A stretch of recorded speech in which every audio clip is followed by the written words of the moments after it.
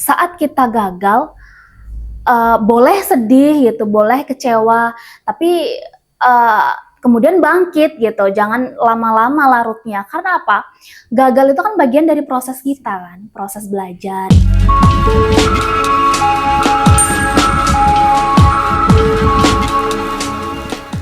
Halo semuanya, selamat datang di podcast Satu Suara Banyak Makna, obrolan seni bersama Kak Reti.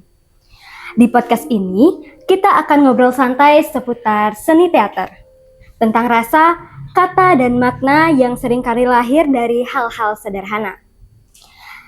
Di episode kali ini, kita akan membahas bentuk seni yang berbicara tentang suara batin dan kejujuran perasaan. Saya Rias, yang hari ini akan membantu jalannya podcast bersama bintang tamu kita, yaitu Kak Reti. Jadi, siapkan telinga dan pikiran kalian ya, karena obrolan kita akan dimulai dari sekarang. Halo Kak Reti. Halo. Terima kasih Kak Reti sudah hadir dalam podcast Satu Suara Banyak Makna. Kalau boleh tahu, kesibukan kakak akhir-akhir ini apa sih? Oke, kalau kesibukan sih pasti yang utama kuliah ya. Selain itu, berhubung aku juga mengikuti organisasi kampus, ya pasti ya kepanitiaan organisasi, kemudian juga kepanitiaan yang di UKM. Selain itu juga pastinya ya kalau ada pentas-pentas seni gitu, dan juga lomba-lomba gitu sih. Terakhir kali aku lihat di Instagram kakak ikut pantoret ya? Oh ya, kemarin sebenarnya itu bukan pantoret sih. Kebetulan kita kolaborasi dengan NBSA di Lovina juga tempatnya. Dan kemarin tuh mengadakan drama yang acara Natalan, Christmas Carol gitu. Sebenarnya tuh menceritakan tentang Natal gitu, cuman kita variasi dengan make up pantoret gitu. Seperti itu. Iya. Nah, kalau aku lihat dari Instagramnya Kak Reti ini langsung kelihatan, wah anak teater banget gitu. Awalnya Kak Reti itu tahu teater dari mana sih? Oke, kalau awal tahu teater itu dulu pas SMP ya. Aku itu diajak lomba mendongeng awalnya dari SMP, diajak sama guru aku. Dari situlah aku tahu awal dari teater gitu. Tapi kalau teaternya banget itu pas SMA, karena pas SMA itu kan ada komunitasnya ya. Kalau pas SMP tuh hanya mengikuti lomba-lomba gitu aja. Baik. Jadi awalnya Kak Reti itu masuk teater karena keinginan sendiri atau ikut-ikutan teman, Kak? Oke. Kalau ikut teater itu pure dari keinginan sendiri. Kenapa? Karena saat awal aku mengikuti lomba yang mendongeng itu kayak merasa tertarik gitu. Wah, seru banget ya kayaknya gitu kan. Memerankan karakter gitu, berbeda-beda, itu seru banget. Dan jadi aku berkeinginan untuk melanjutkan di dunia teater gitu. Oh, baik. Nah, waktu pertama kali ikut latihan teater gitu Kak, yang Kak Reti rasain itu apa sih? Sempet kaget kah sama suasana latihannya mungkin? Pasti ya, pasti. Jujur, pas aku awal ikut latihan di SMA, itu bener-bener kaget sekali kayak, what? Ngapain ya gitu? Kita disuruh berekspresi kan, olah ekspresi, kayak mimik wajah. Gimana ya rasanya tuh kayak aneh gitu loh, kan masih jaga image juga kan, terus disuruh memperagakan hewan, itu bagi orang awam sangat aneh sekali, dan aku sering sekali bahkan dikatain tuh kayak orang gila, gitu sih awalnya. Kalau awal-awal itu Kak, pernah nggak sih waktu mencoba itu kepikiran kayaknya nggak di sini deh passionku, atau justru kakak pengen coba lagi? Aku nggak pernah sih kepikiran kayak nggak di sini deh gitu, karena kayak gimana ya, pertama kali itu kayak udah istilahnya tuh udah jatuh cinta gitu loh. Iya, cinta pandangan pertama ya, gitu. Jadi rasa kayak bukan di sini deh tempatku, itu nggak sama sekali, nggak pernah aku berkata seperti itu. Malah aku ingin coba lagi untuk lebih banyak mempelajari ilmu-ilmu di teater gitu. Waktu ingat nih, waktu Kak Reti versi berapa tahun ke belakang waktu pertama kali kenal teater, sama yang sekarang itu perbedaannya jauh nggak sih, Kak? Pasti jauh ya. Dulu yang itu yang aku katakan tadi, malu-malu, jaga image. Sekarang lebih percaya diri dan pastinya juga lebih tahu lah ya istilah teater itu seperti gimana sih, ngapain aja sih. Setidaknya tahu lah gitu meskipun belum sangat-sangat profesional. Kak Reti ini kan juga sering ikut kegiatan-kegiatan lomba seperti lomba bulan bahasa, festival daerah, sampai rangkaian pemilihan Duta Lampung.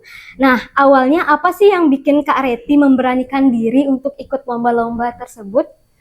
Oke, kalau untuk lomba-lomba itu awalnya dari TK aku udah sering ikut lomba sih, dari lomba menari, melukis gitu. Tapi untuk khusus di dunia sastra itu awal aku ikut lomba baca puisi, cipta baca puisi itu di SD kelas 3 kalau nggak salah.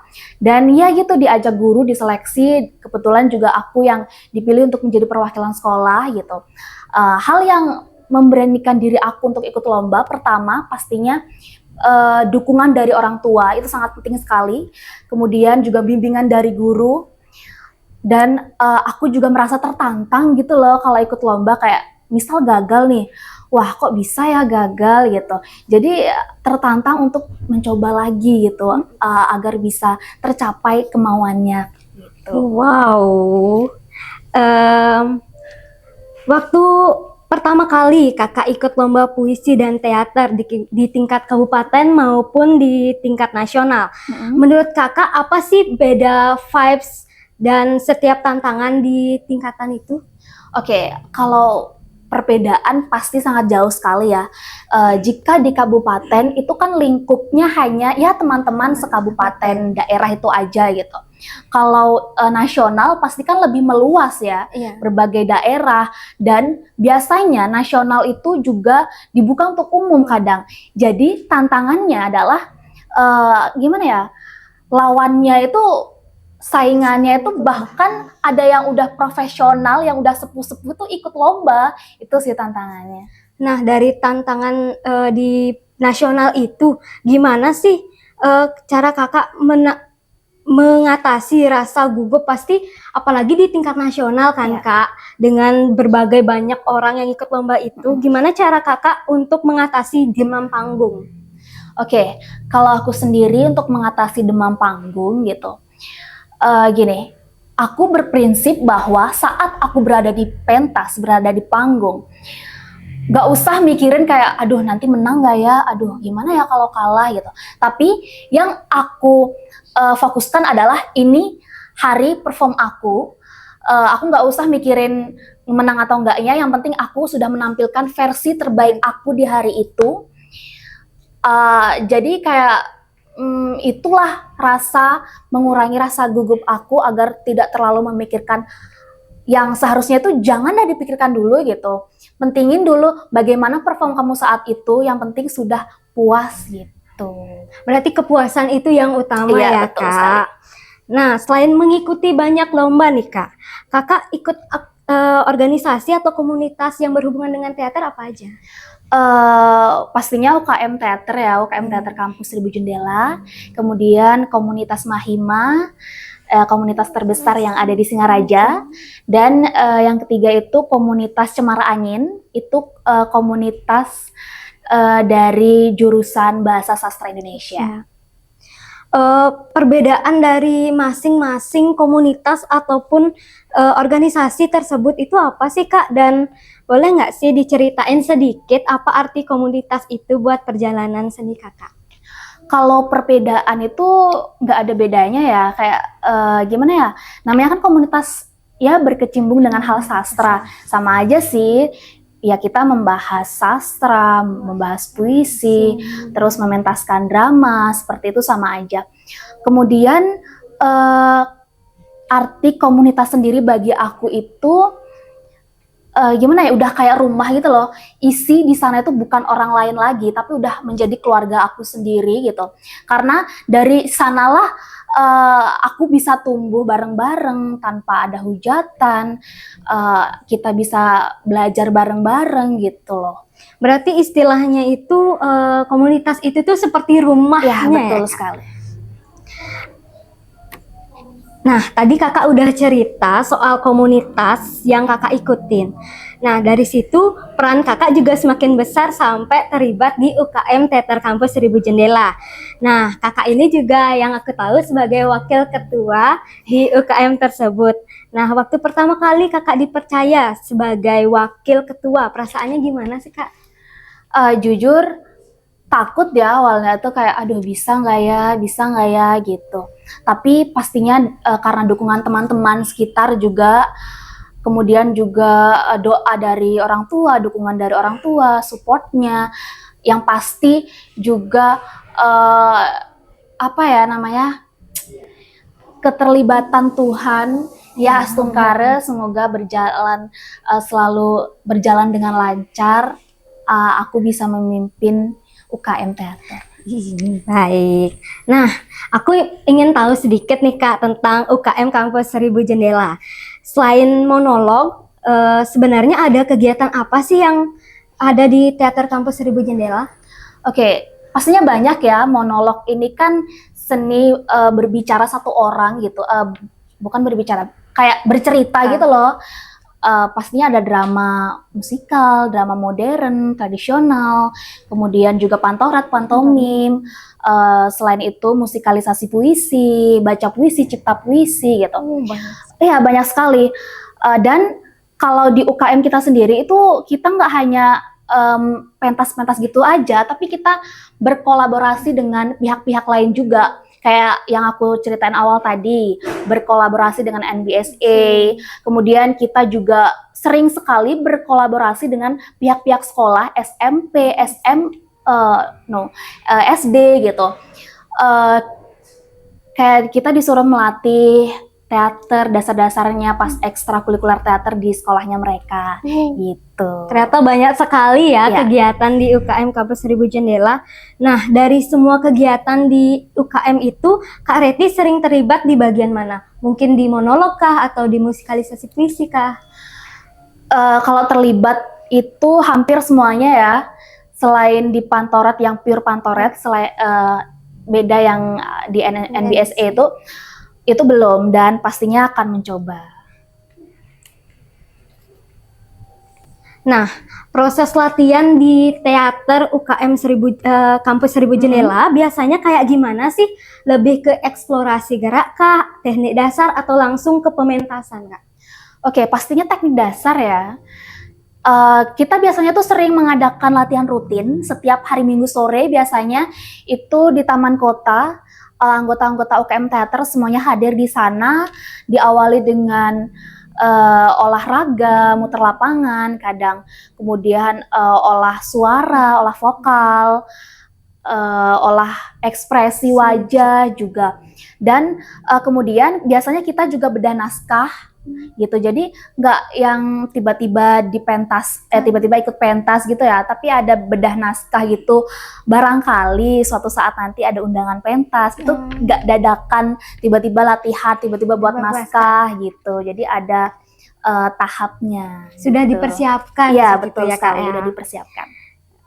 Selain tampil di panggung, anggota UKM juga diajak belajar apa lagi sih dalam dunia teater? Misalnya penulisan naskah kah, penyutradaraan, atau mungkin kayak mempersiapkan propertinya. Of course ya, pastinya gini, dalam teater itu kan nggak hanya jadi aktor aja gitu ya, pastinya kita juga menyediakan gitu, yang punya ide menulis itu sangat-sangat bermanfaat sekali gitu. Kita ajak bikin naskah bareng gitu. Yang suka menjadi sutradara, ayo kita jadi memberikan kesempatan mereka untuk jadi sutradara di pementasan gitu. Karena kalau tidak ada orang-orang di belakang, ya pementasan nggak jadi kan. Jadi dalam teater tuh nggak hanya jadi aktor aja, tapi semua itu akan terlibat. Jadi akan saling melengkapi gitu. Jadi begitu guys, walaupun yang pentas itu hanya yang berperan, tapi kesuksesan dalam kegiatan teater atau pementasan teater itu juga didukung oleh sutradara dan tim-tim yang bekerja di balik layar ya Kak Reti. Betul sekali. Nah, ternyata seru ya bisa mengenal Teater Kampus Seribu Jendela. Untuk anak-anak Undiksa dan adik-adik SMA yang mungkin ingin melanjutkan di Universitas Pendidikan Ganesha, jangan lupa untuk ikut UKM Teater Kampus 1000 Jendela ya. Pasti karena seru banget guys. Seru guys. Nah, selama berkecimpung di dunia seni teater, ada perubahan kecil nggak dari diri Kak Reti, entah dari cara berpikir, bersikap, atau memandangi diri sendiri yang baru kerasa setelah dijalanin cukup lama? Oke, pastinya ada ya, apalagi cara berpikir gitu. Saat kita, jangan deh pementasan mengikuti lomba gitu. Saat kita gagal, boleh sedih gitu, boleh kecewa, tapi kemudian bangkit gitu, jangan lama-lama larutnya. Karena apa?